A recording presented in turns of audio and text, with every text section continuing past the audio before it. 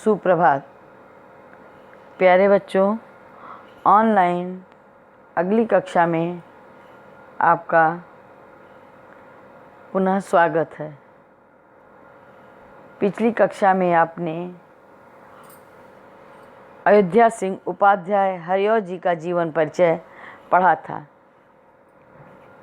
आज हम लोग उनके द्वारा रचित पवन दूतिका पाठ की कुछ पंक्तियों का भावार्थ पढ़ेंगे। बैठी खिन्ना एक दिवस वे गेह में थी अकेली, आके आंसू दृग्युगल में थे धरा को भिगोते।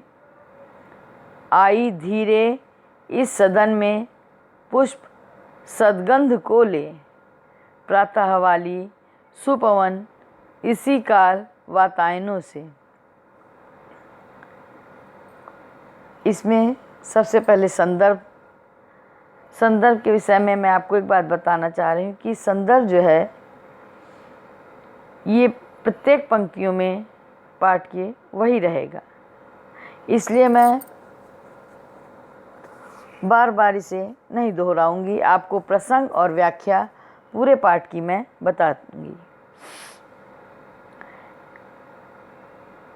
संदर्भ प्रस्तुत पद्य पंक्तियाँ द्विवेदी युग के प्रसिद्ध कवि अयोध्या सिंह उपाध्याय हरिऔध द्वारा विरचित महाकाव्य परिप्रवास से हमारी पाठ्य पुस्तक के काव्य खंड में संकलित पवन दूतिका काव्यांश से उद्धृत हैं। प्रसंग। एक दिन राधा अपने घर में अकेली बैठी हुई थी। उनकी आंखें आंसुओं से परिपूर्ण थीं। तभी प्रातःकालीन पवन उनके दुख को बढ़ाने लगी और तब वे पवन को फटकार लगाती हैं। उसी समय का वर्णन इन पंक्तियों में कवि ने किया हुआ है। भावार्थ। एक दिन राधा उदासी से परिपूर्ण अपने घर में अकेली बैठी हुई थी। आके आंसू दृग्युगल में थे धरा को भिगोते। आंसू आकर उनके दोनों आँखों को सजल बना रहे थे। आई धीरे इस सदन में पुष्प सदगंध को ले। इसी समय प्रातःकालीन सुगंधित पवन रोशनदानों से उनके घर के भीतर प्रातःकाल वाली सुपवन इसी काल वातायनों से उनके घर के भीतर खिड़कियों से आ गई। संतापों को विपुल बढ़ता देख के दुखिता हो धीरे बोली सदुख उससे श्रीमती राधिका यूं, प्यारी प्रातः पवन इतना क्यों मुझे सताती? क्या तू भी है कलुषित हुई काल की क्रूरता से? जब पवन के प्रभाव से राधा का दुख बहुत बढ़ गया तो उन्होंने दुखी होकर धीरे से पवन से कहा कि हे प्रातःकालीन पवन, तू क्यों मुझे इस प्रकार सता रही है? क्या तू भी समय की कठोरता से दूषित हो गई है? क्या तुझ पर भी समय की क्रूरता का प्रभाव पड़ गया है?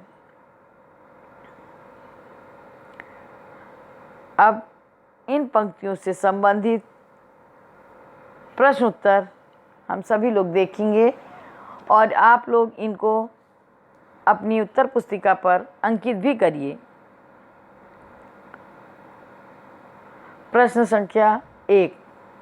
उक्त पंक्तियाँ किस महाकाव्य का अंश हैं? उत्तर। उक्त पंक्तियाँ परिप्रवास नामक महाकाव्य का अंश हैं। प्रश्न संख्या 2।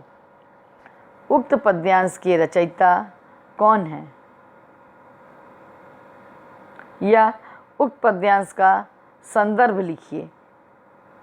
दोनों प्रकार से ही क्वेश्चन बनते हैं। उत्तर, उक्त पद्यांश के रचयिता अयोध्या सिंह उपाध्याय हरिऔध जी हैं।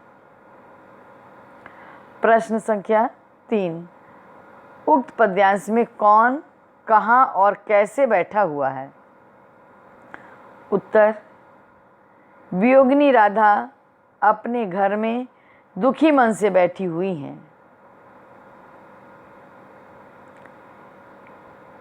प्रश्न संख्या 4, प्रातःकाल कौन कहाँ से आया? उत्तर, प्रातःकाल सुगंधित वायु खिड़कियों के रास्ते घर के अंदर आई। प्रश्न संख्या 5, राधा ने पवन से क्या कहा? उत्तर, राधा ने पवन से कहा कि तू मुझे इतना क्यों सता रही है? क्या तू भी समय की कठोरता से दूषित हो गई है? प्रश्न संख्या 6, रेखांकित काव्यांश का भावार्थ लिखिए। इसका उत्तर आप अपने शब्दों में भावार्थ लिखेंगे, जो कि मैंने आपको पहले ही बता दिया है। प्रश्न संख्या 7, उक्त पद्यांश में प्रयुक्त रस एवं छंद का नाम लिखिए। उत्तर, उक्त पद्यांश में प्रयुक्त रस श्रृंगार है एवं छंद का नाम मंदाक्रांता है।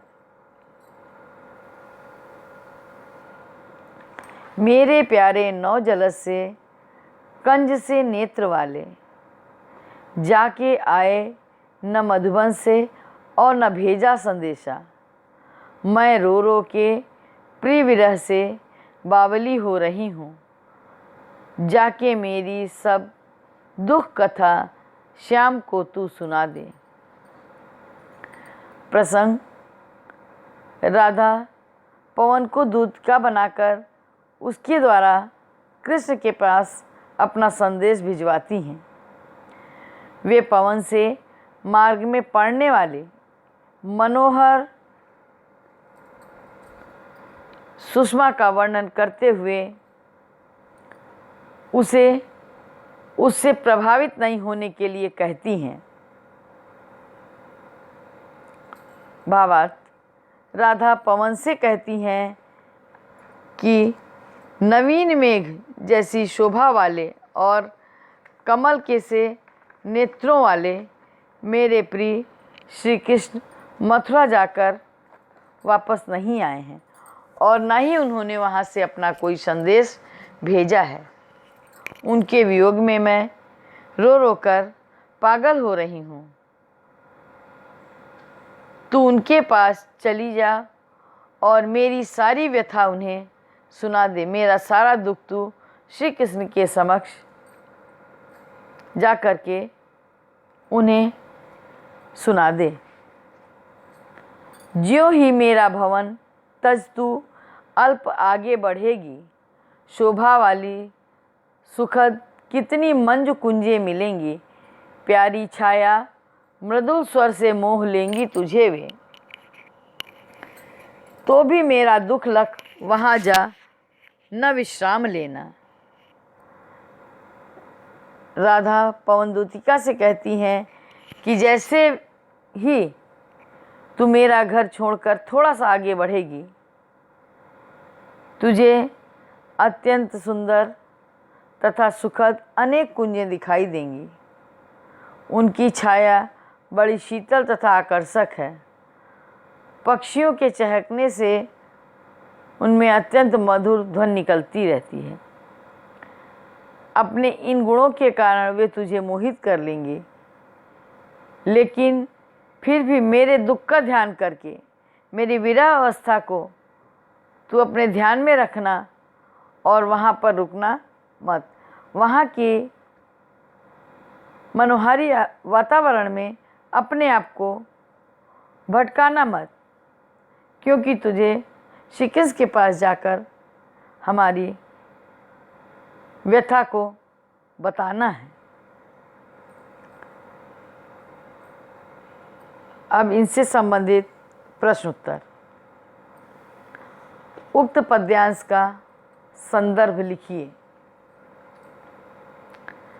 यह पूर्व की तरह ही रहेगा संदर्भ, मैंने पहले ही आपको बता दिया है। प्रश्न संख्या 2, कृष्ण का शरीर और आँखें कैसी हैं? उत्तर, कृष्ण का शरीर नए बादलों के समान और आँखें कमल के समान हैं। प्रश्न संख्या 3, कृष्ण के वियोग में राधा की क्या स्थिति है? उत्तर, कृष्ण के वियोग में राधा रो रो कर पागल हुई जा रही हैं।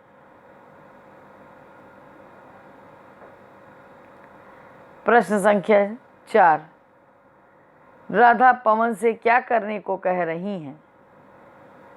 उत्तर, राधा पवन से अपनी वीरा व्यथा की स्थिति श्री कृष्ण से कहने का निवेदन कर रही हैं। प्रश्न संख्या 5, रेखांकित अंश का भावार्थ लिखिए। भावार्थ आप अपने शब्दों में लिखेंगी। प्रश्न, उक्त पद्यांश में प्रयुक्त अलंकार का नाम बताइए। उत्तर, उक्त पद्यांश में प्रयुक्त अलंकार का नाम उपमा है। शेष अगले अंक में।